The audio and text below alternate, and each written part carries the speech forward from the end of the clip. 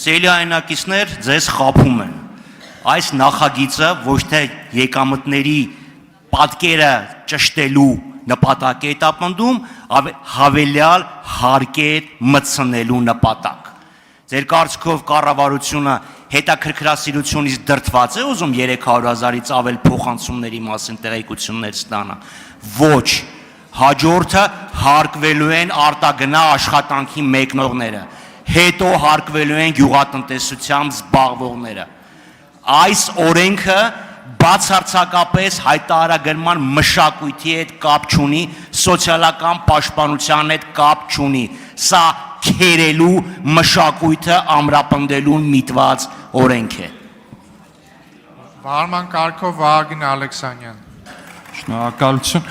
Սիրելի քաղաքացիներ, ընդդիմության նպատակը մեկն է, այնպես անել, որ հնարավորինս քիչ քաղաքացի կարողանա օգտվել այն սոցիալական կրեդիտներից, որոնք որ այս նախաձեռնության բերումով հնարավորություն են ստանալ մեր քաղաքացիները։ Այս պահի դրությամբ 12,000-ից ավել քաղաքացի ստացել է միջինում 90,000 դրամ հետ վերադարձ իր կատարած կրթական վճարներից, իր կատարած առողջապահական ապահովագրության գծով վճարներից եւ ընդդիմությունը ունի մի նպատակ, այնպես անել, որ այդ թիվը հնարավորինս քիչ մեծանա եւ հնարավորինս դանդաղ տեմպերով, որովհետեւ ընդդիմությունը ունի մի ցանկություն, այնպես անել, որ Հայաստանում դժգոհ քաղաքացիների քանակը լինի հնարավորինս շատ, իսկ գոհ քաղաքացիների քանակը հնարավորինս շատ։